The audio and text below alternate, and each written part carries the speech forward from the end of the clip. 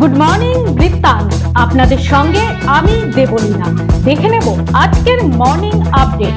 আমাদের সঙ্গে টেলিফোনে রয়েছেন আমাদের প্রতিনিধি, তার কাছ থেকে শুনে নেব আজকের আবহাওয়ার রিপোর্ট। দেখো দেবলীনা, উত্তরবঙ্গ কৃষি বিভাগ এবং ভারতের মৌসুম বিভাগ থেকে যে বার্তা পাঠানো হয়েছে তাতে আবহাওয়ার ক্ষেত্রে আজকের জন্য যে পূর্বাভাস রয়েছে তাতে বলা হয়েছে সকালের দিকে কোথাও কোথাও কিন্তু কুয়াশা থাকতে পারে। পাশাপাশি উত্তরবঙ্গের সমতল অঞ্চলে কিন্তু দিনের বেলা তাপমাত্রা 20 থেকে 22 ডিগ্রি সেন্টিগ্রেড পর্যন্ত থাকতে পারে। পাশাপাশি দার্জিলিং হিমালয়ে কিন্তু সর্বোচ্চ তাপমাত্রা 10 থেকে 12 ডিগ্রি সেন্টিগ্রেড থাকবে, এমনটা পূর্বাভাস রয়েছে আবহাওয়া দপ্তরে। পাশাপাশি উত্তরবঙ্গের বিভিন্ন অঞ্চলে কিন্তু যারা চাষি ভাইরা রয়েছেন তাদের জন্য পূর্বাভাস রয়েছে যে তাদের জন্য সতর্কতামূলক যে ব্যবস্থা রয়েছে তাতে বলা হয়েছে যে তারা যেন কৃষি দপ্তরের সঙ্গে প্রয়োজনীয় পরামর্শ মেনে চলেন এবং জমিতে যে চাষের বন্দোবস্ত রয়েছে সেটার জন্য কিন্তু তারা কৃষি দপ্তরের পরামর্শ অনুযায়ী এগিয়ে চলেন। দেবলীনা, কেমন যাবে আজকের দিনটি, কি বলছে গ্রহ নক্ষত্র তিথি, শুনে নেব আজকের রাশিফল আমাদের প্রতিনিধির কাছ থেকে। জয় মা ত্রিনারায়ণ। আজ অর্থাৎ 20শে ফেব্রুয়ারি, 7ই ফাল্গুন, শুক্রবার, তৃতীয়া তিথি। চলুন জেনে নেই আজকের রাশিফল। মেষ রাশির জাতক জাতিকার ক্ষেত্রে ব্যবসায় আজ ভালোই লাভ হবে। বৃষ রাশির জাতক জাতিকার ক্ষেত্রে আটকে থাকা কোনো অর্থ প্রাপ্তি হবার শুভ যোগ থাকছে আজ। মিথুন রাশির জাতক জাতিকার ক্ষেত্রে ব্যবসায় লাভবান হবেন। কর্কট রাশির জাতক জাতিকার ক্ষেত্রে সম্মান বৃদ্ধি হবে আজকে। সিংহ রাশির জাতক জাতিকার ক্ষেত্রে গৃহে কোনো শুভ অনুষ্ঠান উদযাপন হতে পারে। কন্যা রাশির জাতক জাতিকার ক্ষেত্রে ভুল ভ্রান্তি হতে পারে। তুলা রাশির জাতক জাতিকার ক্ষেত্রে পারিবারিক শান্তি বিঘ্নিত হবে আজ। বৃশ্চিক রাশির জাতক জাতিকার ক্ষেত্রে তর্ক বিতর্ক বা ভুল বোঝাবুঝি হতে পারে। ধনুরাশির জাতক জাতিকার ক্ষেত্রে রোগাক্রান্ত হওয়ার অশুভ যোগ থাকছে আজ। মকর রাশির জাতক জাতিকার ক্ষেত্রে আনন্দে উৎসাহে আজকের দিন অতিবাহিত হবার যোগ। কুম্ভ রাশির জাতক জাতিকার ক্ষেত্রে প্রেম প্রীতি প্রণয়ে জড়িয়ে পড়তে পারেন আজকের দিনে। মীন রাশির জাতক জাতিকার ক্ষেত্রে দাম্পত্য কলহ বাঁধতে পারে আজ। নমস্কার। এক নজরে দেখে নেব গত 24 ঘন্টার দুরন্ত আপডেট। রায়গঞ্জ বিশ্ববিদ্যালয়ের অস্থায়ী উপাচার্য ডক্টর দীপক কুমার রায় গত 4 ফেব্রুয়ারি ইস্তফা দিয়েছেন। এরপর থেকে বিশ্ববিদ্যালয়টি উপাচার্যহীন অবস্থায় রয়েছে, যার ফলে প্রশাসনিক, আর্থিক এবং শিক্ষাগত কাজে স্থবিরতা দেখা দিয়েছে। রাজ্যপাল ডক্টর অর্ণব সেনকে উপাচার্য হিসেবে মনোনীত করলেও রাজ্য সরকার এখনো কোনো সরকারি বিজ্ঞপ্তি জারি করেনি, ফলে নতুন উপাচার্য নিয়োগের প্রক্রিয়া আটকে আছে। বিশ্ববিদ্যালয়ের রেজিস্ট্রার দুর্লভ কুমার সরকার জানান, উপাচার্যের অনুমোদন ছাড়া কোনো কাজই সম্পন্ন করা যাচ্ছে না। বিশেষত পিএইচডির মতো উচ্চশিক্ষার ক্ষেত্রে উপাচার্যের অনুমোদন অপরিহার্য। এছাড়াও বিশ্ববিদ্যালয়ের বিভিন্ন কমিটি এবং অর্থ দপ্তরের কার্যাবলী উপাচার্যের স্বাক্ষর ছাড়া অসমাপ্ত রয়ে গেছে। বর্তমানে বিশ্ববিদ্যালয়ে পরীক্ষা শুরু হয়েছে এবং তা সুষ্ঠুভাবে পরিচালনার জন্য অধ্যাপক, শিক্ষক এবং অশিক্ষক কর্মচারীরা সহযোগিতা করছেন। তবে দীর্ঘমেয়াদী সমাধানের জন্য নতুন উপাচার্য নিয়োগ জরুরি। বিশ্ববিদ্যালয় কর্তৃপক্ষ এবং শিক্ষার্থীরা আশা করছেন যে শীঘ্রই নতুন উপাচার্য নিয়োগ করা হবে এবং অচলাবস্থার অবসান হবে। পুলিশ মানেই শুধু আইন শৃঙ্খলা নয়, প্রয়োজনে মানুষের পাশে দাঁড়ানো, একথা আরও একবার প্রমাণ করল রায়গঞ্জ ট্রাফিক পুলিশ। দুর্গাপুর বেকিডাঙ্গার বাসিন্দা জয় কুমার দাস একদিকে পঞ্চায়েত সমিতির সদস্য, অন্যদিকে একজন পরিচিত কীর্তন লোকশিল্পী। তার নিজস্ব কীর্তনের দল রয়েছে। গত বুধবার সন্ধ্যা প্রায় 6টা নাগাদ রায়গঞ্জ বাসস্ট্যান্ড সংলগ্ন এলাকায় একটি কীর্তনের অনুষ্ঠান শেষ করে তিনি ও তাঁর দলের সদস্যরা পরবর্তী অনুষ্ঠানের জন্য ডালখোলার উদ্দেশ্যে রওনা দেন। রায়গঞ্জ শিলিগুড়ি মোড় থেকে একটি সাদা রঙের অল্টো গাড়ি রিজার্ভ করে বাদ্যযন্ত্র সহ তারা ডালখোলায় পৌঁছান।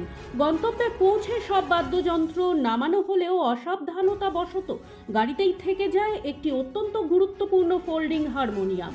হারমোনিয়াম ছাড়া অনুষ্ঠান করা অসম্ভব, এই ভেবে জয়বাবু গভীর দুশ্চিন্তায় পড়ে যান। সমস্যা আরও বাড়ে, কারণ গাড়ি চালকের ফোন নম্বর জয়বাবুর কাছে ছিল না, আবার জয়বাবুর নম্বরও চালকের কাছে ছিল না।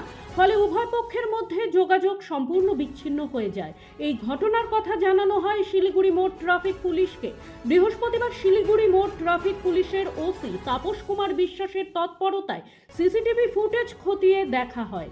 দ্রুতই শনাক্ত করা সম্ভব হয় সংশ্লিষ্ট গাড়ির চালককে। পরে তার সঙ্গে যোগাযোগ করে তাকে শিলিগুড়ি মোড়ে আসতে বলা হয়। এরপর ট্রাফিক পুলিশের উপস্থিতিতে সসম্মানে হারিয়ে যাওয়া ফোল্ডিং হারমোনিয়ামটি জয়কুমার দাসের হাতে তুলে দেওয়া হয়। উত্তর দিনাজপুর জেলার চোপড়ায় রাজনৈতিক মহলে নতুন করে চাঞ্চল্য ব্যানারকে ঘিরে। চোপড়ার বিভিন্ন এলাকায় দ্য গ্রেটার কোচবিহার পিপলস অ্যাসোসিয়েশনের পক্ষ থেকে একাধিক ব্যানার লাগানো হয়। ব্যানারে লেখা ছিল, আসুন সবাই মিলে চোপড়া বদলাই, রাজবংশী, আদিবাসী, হিন্দু, মুসলিম সবাই হাত মিলিয়ে 2026-এর বিধানসভায় পরিবর্তন আনুন। এই বার্তাকে কেন্দ্র করে এলাকায় রাজনৈতিক শোরগোল শুরু হয়েছে।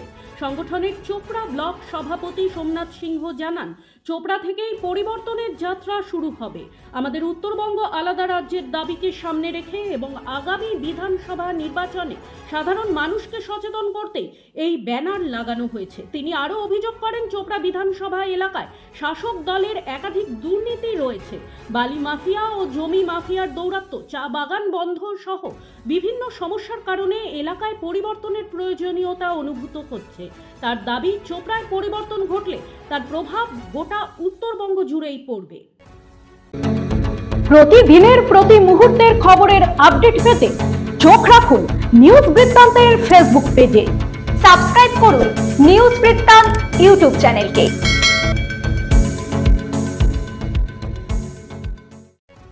বিজেপির 2 নম্বর মণ্ডলের পক্ষ থেকে চার্জশিট জবাব চাই কর্মসূচি পালিত হলো হেমতাবাদে।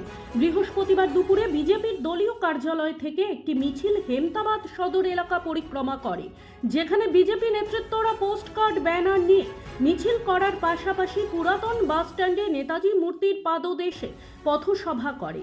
বিজেপির হেমতাবাদ মণ্ডল সভাপতি বিপ্লব সরকার, যুব মোর্চার সভাপতি সুজিত কুমার শীল, সাধারণ সম্পাদক মলয় কুমার দাস সহ অন্যান্য বিজেপি নেতৃত্বরা উপস্থিত ছিলেন এদিনের কর্মসূচিতে। হেমতাবাদ বিধানসভার চার্জশিট বিষয়ে জবাব চায় সাধারণ মানুষ বলে জানান বিজেপির হেমতাবাদ মণ্ডল সভাপতি বিপ্লব সরকার। উত্তর দিনাজপুরের ইসলামপুর ব্লকের গোবিন্দপুর গ্রাম পঞ্চায়েতের লীলজি গ্রামে রাস্তা সংস্কারের দাবিতে তীব্র বিক্ষোভে ফেটে পড়লেন গ্রামবাসীরা।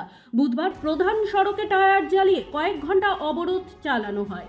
দীর্ঘদিনের বেহাল রাস্তার সমস্যায় ক্ষুব্ধ বাসিন্দাদের দাবি, অবিলম্বে সংস্কারের কাজ শুরু করতে হবে, না হলে আসন্ন বিধানসভা ভোট বয়কট করা হবে। গ্রামবাসীদের অভিযোগ, প্রায় 40 বছর ধরে শুধু প্রতিশ্রুতি মিলেছে, বাস্তবে কাজ হয়নি। এমনকি রাস্তা পাশ হলেও তা অন্যত্র করা হচ্ছে বলেও দাবি তাদের। যদিও বিক্ষোভকারীরা তৃণমূল কংগ্রেসের পতাকা হাতে জানান, দলকে নয় স্থানীয় নেতৃত্বের উদাসীনতার বিরুদ্ধেই তাদের ক্ষোভ। তবে এই বিষয়ে উত্তর দিনাজপুর জেলার ইসলামপুর ব্লকের তৃণমূল কংগ্রেসের প্রতিনিধি জাহিদুল রহমান আশ্বাস দিয়ে বলেন, গোবিন্দপুর গ্রাম পঞ্চায়েতের বন্দ্রিয়াগঞ্জ গ্রাম থেকে পথশ্রী 4 পর্বের রাস্তার কাজ শুরু করা হয়েছে। এই কাজ লীলজি গ্রাম পর্যন্ত করা হবে। খুব শীঘ্রই এই কাজ লীলজি গ্রামে রাস্তার কাজ শুরু করবে এবং লীলজি গ্রাম পর্যন্ত সম্পূর্ণ রাস্তা করা হবে। এখন প্রশ্ন, আশ্বাস কবে বাস্তবে রূপ নেবে? আইপিএলের ধাঁচে রায়গঞ্জে শুরু হলো 10 দিবসীয় বিনোদনমূলক cricket tournament Dinajpur premier league. বৃহস্পতিবার রায়গঞ্জ স্টেডিয়ামে আনুষ্ঠানিকভাবে এই টুর্নামেন্টের উদ্বোধন করা হয়। দিনাজপুর প্রিমিয়ার লিগ কমিটির পরিচালনায় এবং উত্তর দিনাজপুর জেলা ক্রীড়া সংস্থার ব্যবস্থাপনায় আয়োজিত এই টুর্নামেন্টে জেলার 8টি ক্রিকেট দল অংশ নিয়েছে। অংশগ্রহণে নেই বয়সের কোনো ঊর্ধ্ব সীমা। আগামী 28 ফেব্রুয়ারি অনুষ্ঠিত হবে এই টুর্নামেন্টের আকর্ষণীয় ফাইনাল খেলা। ডিএসএর সাধারণ সম্পাদক সুদীপ বিশ্বাস জানান, জেলার প্রত্যন্ত অঞ্চল থেকেও প্রতিভাবান ক্রিকেটারদের তুলে আনতে এবং সর্বোপরি সাধারণ মানুষকে নিখাদ বিনোদন উপহার দিতেই এই টুর্নামেন্টের আয়োজন। গুড মর্নিং বৃত্তান্ত আজ এই পর্যন্তই। ঘরে বাইরে খবরে থাকুন, চোখ রাখুন নিউজ বৃত্তান্তে। নিউজ বৃত্তান্ত, হলুদ নয়, স্বচ্ছ।